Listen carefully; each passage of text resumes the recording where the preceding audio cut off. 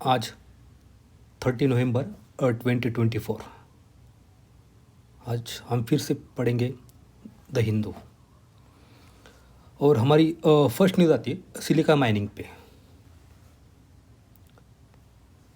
Silica mining काफ़ी एक hazardous issue है हमारे इंडिया में।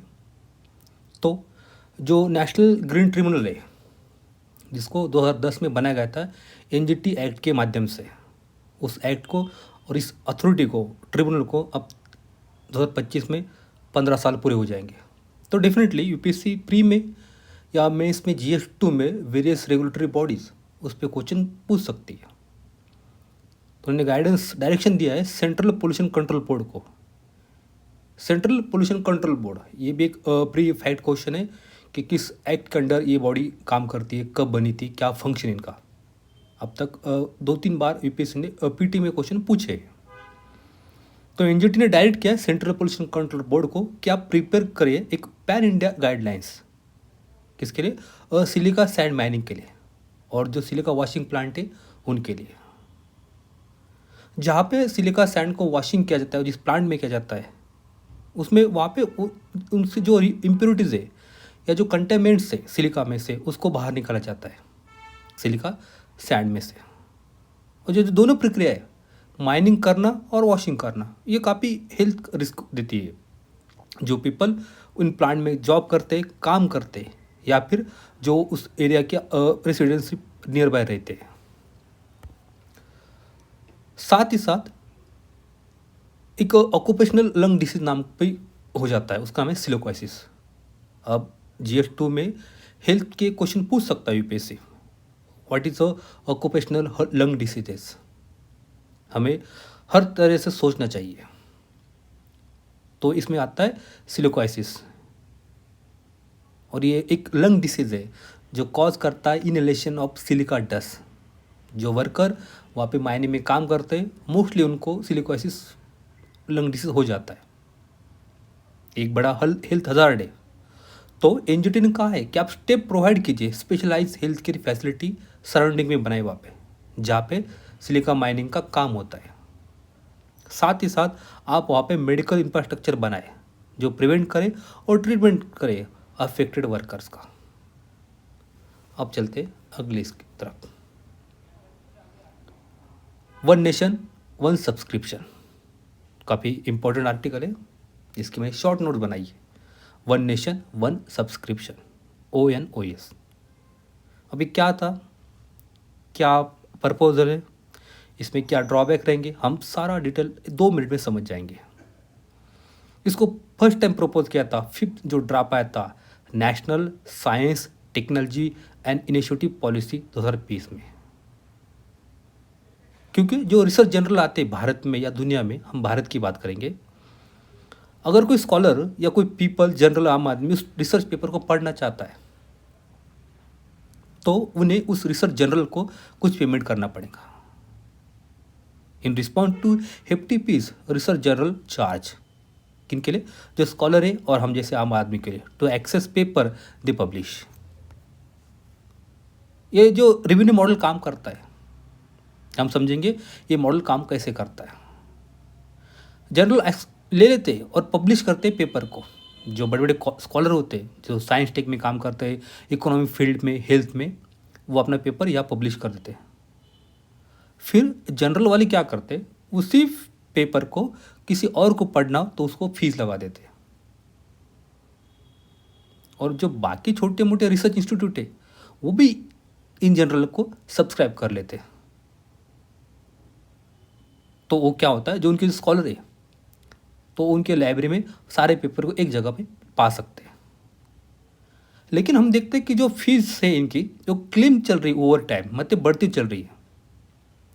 तो जो लाइब्रेरियंस है भारत में, उन्होंने एक ग्रुप बनाया, कंसोर्टियम बनाया to increase their bargaining power, एक उनकी बात करने के लिए कि कोई भी अपनी फीस इस स्केल के नीचे नहीं रखेगा। अब हमने जो प्रस्तावित किया है इंडियन गवर्नमेंट ने, ONOS, ये रिप्लेस करेगा इन्हीं सारे कंसोर्शिया को, इन्हीं सारे ऑर्गेनाइजेशन को, ये एक नेशनल गवर्नमेंट, और जनरल को ऑब्लिगेट करेगा कि आप सिंगल फीस में सारा पेपर अवेलेबल करवाए। साथ ही साथ जो गवर्नमेंट की अंडर फंडेड इंस्टीट्यूट है, ये उनको भी इनका फ़ायदा हो सकता है। लेकिन इसमें कुछ चैलेंजेस है ओएनएस में। फर्स्ट चैलेंज क्या रहेगा, ये सिर्फ लिमिटेड रहेगा पब्लिकली फंडेड इंस्टीट्यूट के लिए, लेकिन ये अलाउ करता है कमर्शियल पब्लिशर के लिए। दो बात अलग हो रही ना, ये सिर्फ लागू है पब्लिक फंडेड इंस्टीट्यूट के लिए, लेकिन अगर कमर्शियल पब्लिशर है तो इसको यूज कर सकता है। तो मेनी जनरल क्या करेंगे, सब्सटीट्यूट करेंगे उनका पब्लिक फंडेड रिसर्च को, और लोगों से भी चार्ज करेंगे मनी को। सेकंड इश्यू इसमें आता है ओएनएस में। वो कहता है कि ठीक है, लोगों का जो फीस है वो कम हो जाएंगी, मे रिड्यूस देस सम्स, लेकिन गवर्नमेंट ने सिर्फ अगले 3 साल के लिए 6,000 करोड़ रुपए इसमें लगाए, और वो भी मोस्टली 30 मेजर पब्लिशर के लिए। हम एक तरह देखते कि हमारा जो एक्सपेंडिचर है रिसर्च एंड डेवलपमेंट में, ये हमारे जीडीपी का एक छोटा सा अंश है, जिस फ्रैक्शन है। तो राइटर कहना चाहते हैं कि क्या करना चाहिए, क्या वे फॉरवर्ड है। तो उनका कहना है कि गवर्नमेंट ने प्रमोट करना चाहिए और अडॉप्ट करना चाहिए ग्रीन और डायमंड ओपन एक्सेस मॉडल। उसमें गारंटी मिलेंगी पब्लिक को कि आप एक्सेस करें सारे पेपर, सारे रिसर्च डिफ़ॉल्ट। ग्रीन में क्या होता है, जो जनरल होते हैं आपको फ्रीली अवेलेबल मिल जाते हैं, और डायमंड में आपको कुछ पेमेंट करना होता है। ये आर्टिकल काफ़ी इंपॉर्टेंट है, कॉन्ट्रासेप्टिव रिस्पॉन्सिबिलिटी। समझेंगे इस आर्टिकल को, यूपीएससी सीधा सीधा इस पे क्वेश्चन नहीं पूछेगा, लेकिन सोसाइटी, इथिक्स और ऐसे में हम इस पॉइंट को यूज कर सकते हैं।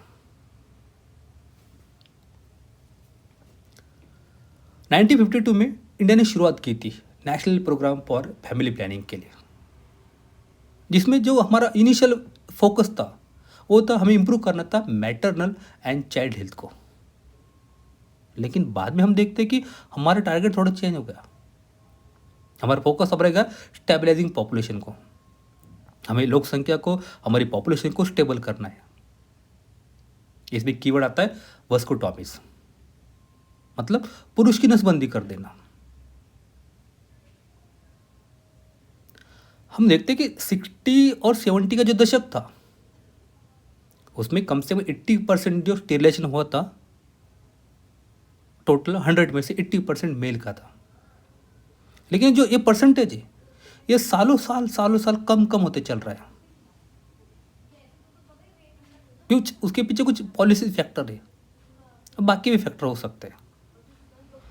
कुछ दिन पहले या पिछले साल नेशनल फैमिली हेल्थ सर्वे की 5 की रिपोर्ट आई थी। उन्होंने दिखाया गया कि जो मेल स्टेरिलाइजेशन है वो स्टेडली डिक्रीजिंग हो रहा है इन ऑल स्टेट में। अब जस्ट मेल वैस्कुटॉमी 0.3% रह गई है, और जो ट्रेंड चल रहा है, ये ट्रेंड एक अगेंस्ट काम कर रहा है हमारे जो टारगेट हमने पॉलिसी बनाई थी नेशनल हेल्थ पॉलिसी 2017 में। वहाँ पे हमारा टारगेट था कि हमें इंक्रीज करना है fraction of the male sterilization at least 30% तक, 30% तक हमें मेल का स्टेरिलाइजेशन करना था। लेकिन अभी जस्ट हो रहा है 0.3%। आप एक डिस्पैरिटी भी देख सकते हैं, जहाँ पे मेल का स्टेरिलाइजेशन जस्ट 0.3% है, तो वुमन का कितना है 37.9%। ये इंडिकेट करता है कि woman bear all of burden of sterilization. जो हमारी वुमन है, जो महिला है, वो ज़्यादा भार अपने पे ले लेती है। ये बड़ा चैलेंज हमारे सामने प्रस्तुत करता है जो हमारा टारगेट है सस्टेनेबल डेवलपमेंट गोल 5 का, जहाँ पे 2030 तक हमें जेंडर इक्वलिटी एंड एम्पावरमेंट करना है ऑफ ऑल वुमन और गर्ल्स का बाय 30 तक। उसके लिए अवेयरनेस बनाना बहुत इंपॉर्टेंट है। दुनिया भर में वैस्कोटॉमी डे होता है 3rd फ्राइडे ऑफ नवंबर में। वहाँ पे हम डिफरेंट सेमिनार, वर्कशॉप, प्रोग्राम शुरू बनाते हैं दुनिया भर में, लोगों में अवेयरनेस बनाते हैं और जनरेटिंग करते डिमांड्स अमंग मेल में। और जो मिसकंसेप्शन है हॉस्पिटलाइजेशन का, वैस्कुटोमी का, वो कम करने की कोशिश चलती है। लेकिन इतना सारा होने के बाद भी जो पॉलिसीज है कहीं ओवरलुक कर जाती मल्टीपल इश्यू पे और ग्राउंड लेवल पे। तो जो इतना सारा जो हमारा काम है वो इनइफेक्टिव हो जाता है, और जो गैप बनता है मेल और फीमेल स्टेशन रेट का वो बढ़ता चल जा रहा है। तो जो राइटर है वो टीस में काम करते हैं, Tata institute of social science में। उन्होंने ग्राउंड रियलिटी जाके देखी। छत्रपति संभाजीनगर महाराष्ट्र की विलेज में उन्होंने सर्वे किया था। तो उन्होंने कुछ वुमन से क्वेश्चन पूछा, महिला से क्वेश्चन पूछा, तो महिला आंसर दिया कि जो स्टेरिलाइजेशन है ये उनकी जिम्मेदारी, उनकी रिस्पॉन्सिबिलिटी है। लेकिन जब बात एक मेल पे आती है, पुरुष पे आती है, तो वो बिलीव नहीं करता कि उसकी भी जिम्मेदारी टू हैव वेस्कुटोमीज। वो खुद कहता है कि मेरे पास ऑलरेडी मैं हार्ड वर्क करता हूँ अपने फैमिली के लिए, अगर मैं वेस्कुटोमी करने जाता हूँ तो मेरा जो डे वेजेस है वो लॉस कर जाएगा। लेकिन राइटर कह रहे कि जो वुमन है वो अनवेयर है, जो गवर्नमेंट की कैश इंसेंटिव स्कीम आती ना उसके लिए। अगर आप करते हो वेस्कुटोमीज मेल तो आपको जो लॉस होता है वेज का वो उसकी भरपाई हो जाती है, इंसेंटिव आपको मिल जाता है। बाकी स्टडी भी सजेस्ट करती है कि क्या क्या कारण है पुअर एक्सेप्टेंस ऑफ द वेस्कुटोमीज का, क्या उसके पीछे कारण है। पहला आता इलिटरेसी, मेल का ईगो, सबसे बड़ी बात, मैं क्यों करूं। Misconception about its impact on libido, family oppose करती है। मेनी मेल नॉट अवेयर कि उनकी भी कोई भूमिका है अपने पार्टनर को से पैसे देना उनके रिप्रोडक्टिव ईयर में। साथ ही साथ ग्राउंड लेवल पे या विलेज लेवल पे हम देखते हैं जो ट्रेन कम्युनिटी हेल्थ वर्कर होते हैं उनको भी वेस्कुटोमी के बारे में ज़्यादा कुछ नॉलेज होता नहीं। तो हमें अवेयरनेस बनाना चाहिए जहाँ पे जेंडर इक्वलिटी एंड राइट की बात आती है। एक सोसाइटी बनानी है जहाँ पे मेल स्टेरिलाइजेशन को एक एक्सेप्टेड नॉर्म बनाया जाए। उसके लिए हमें 2-3 स्टेप उठा सकते हैं। सबसे शुरुआत करेंगे सेंसिटाइजेशन। कहाँ से शुरुआत करनी है? स्कूल में से, जहाँ पे अवेयरनेस प्रोग्राम और मॉनिटर पीयर ग्रुप डिस्कशन से जो स्टूडेंट है उनके माइंड में हमें बात बिठा देंगे। Can live foundation for accepting sterilization as a share responsibility. ये सिर्फ वुमन की जिम्मेदारी नहीं है, इसमें मेल की भी जिम्मेदारी आती है। साथ ही साथ हम सोशल और बिहेवियर चेंज कम्युनिकेशन करेंगे, जो मीथ से डिबंक करेंगे अराउंड डिस्टैग्मेटिक वेस्कुटोमी में से। जो स्टिग्मा लगा है वेस्कुटोमी पे उसको हम डिस्टिग्मेटाइज कर देंगे। सेकंड पॉइंट आता है information, education, communication activities. Supplement करेंगे साथ के साथ greater conditional cash incentive, goal to improve male participation. 2019 में एक स्टडी हुई थी महाराष्ट्र में, जहाँ पे मोर मेल ने रूरल एरिया में, ट्राइबल एरिया में ऑप्टेड किया था कैश इंसेंटिव को। तो उसी इंसेंटिव को एमपी मध्य प्रदेश गवर्नमेंट ने 50% और बढ़ा दिया था। थर्ड पॉइंट हम कर सकते हैं, जो बाकी अदर कंट्रीज है उनसे लेसन ले सकते हैं। साउथ कोरिया, जहाँ पे हाइस्ट प्रिविलेंस है क्योंकि उन्होंने प्रोग्रेसिव सोसाइटल नॉर्म्स बनाए और ग्रेटर जेंडर इक्वलिटी अपने आप ही बनाए। भूटान ने वही काम किया, मेकिंग प्रोसीजर सोशली एक्सेप्टेबल और अवेल की गुड क्वालिटी सर्विसेज। साथ ही साथ हम करेंगे fourth point, greater public awareness to make inform family planning decision. और लास्ट पॉइंट था 5 नंबर का, government must strengthen national health system, train more health professional.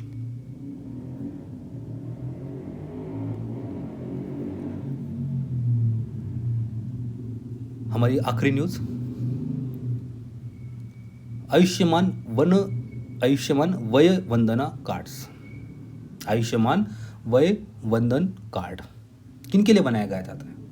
ये बनाया गया है फॉर सीनियर सिटीजन जिनकी एज 70 या उससे ज़्यादा है।